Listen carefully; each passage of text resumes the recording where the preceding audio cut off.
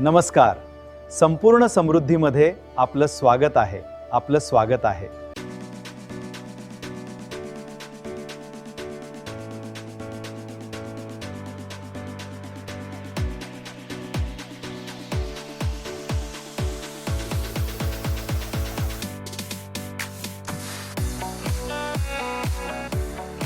आजचा विषय प्रगत संपत्ती निर्मिती.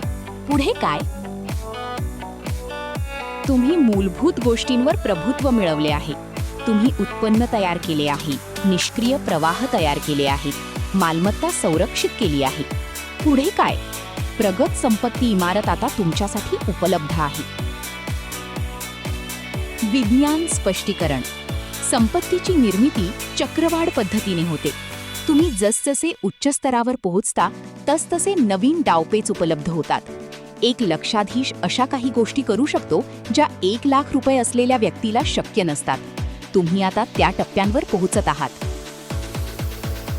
लक्षात असू द्या की प्रगत हालचालींसाठी भक्कम पायाची आवश्यकता असते आणि तो तुमच्याकडे आता आहे. कार्यपद्धती. कृतीचे टप्पे.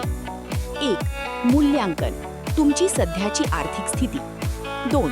संशोधन. तुमच्यासाठी उपलब्ध असलेल्या प्रगत कार्यपद्धती, स्ट्रॅटेजीज. रिअल इस्टेटमधील गुंतवणूक, व्यवसाय संपादन, business acquisition, angel investing, private equity, कर नियोजन, टॅक्स ऑप्टिमायझेशन, व्यावसायिक रचनेचे नियोजन, एंटिटी स्ट्रक्चरिंग. 3. शिकणे. एखाद्या प्रगत कार्यपद्धतीचा सखोल अभ्यास करणे. 4. नियोजन. ही पद्धत तुमच्या परिस्थितीला कशी लागू होऊ शकते. 5. अंमलबजावणी.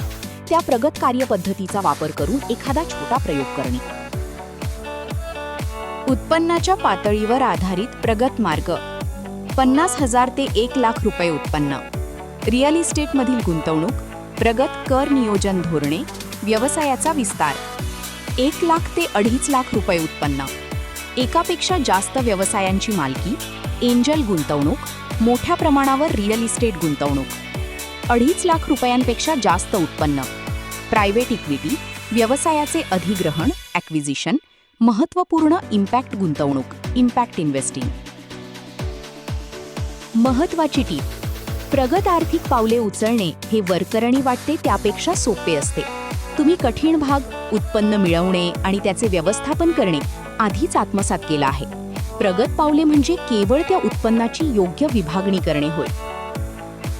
आज आपण काय शिकलो? तुम्हाला प्रगत रणनीतींचा वापर करण्याचा अधिकार मिळाला आहे. प्रत्येक टप्पा नवीन शक्यतांची दारे उघडतो. भक्कम पायामुळेच प्रगत चाली शक्य होतात. तुमचा प्रवास केवळ स्वातंत्र्यावरच थांबत नाही.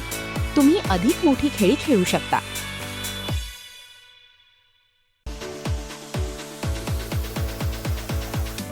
धन्यवाद. शुभेच्छा. शुभम भवतु. शुभम भवतु.